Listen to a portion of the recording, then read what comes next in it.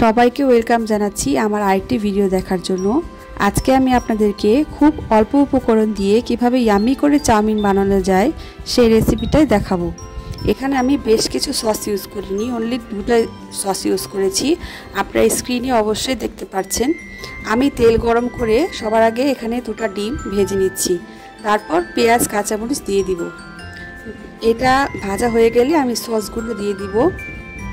সসটা দিয়ে নেড়েচেড়ে ভালো করে মিশিয়ে আমি সেদ্ধ করা চাউমিনটা এখানে অ্যাড করব।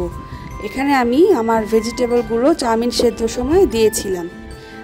তবে এটা প্রপার রেসিপি না, আমি আবার অন্য কখনো আপনাদেরকে প্রপার একটা রেসিপি করে দেখাবো। আপাতত আমি ইজি ওয়েটাই দেখাচ্ছি। এখানে আমি চিকেন পাউডার অ্যাড করে দিলাম। চিকেন পাউডারটা অ্যাড করলে এক্সট্রা একটা ফ্লেভার আসে, খুবই ইয়ামি হয়। আপনারা আমার রেসিপিটি ফলো করে বানিয়ে দেখবেন, ইনশাল্লাহ নিরাশ হবেন না। আমার পেজটিকে সাপোর্ট করবেন এবং আমার পাশে থাকবেন। আল্লাহ হাফেজ, সবাই ভালো থাকবেন।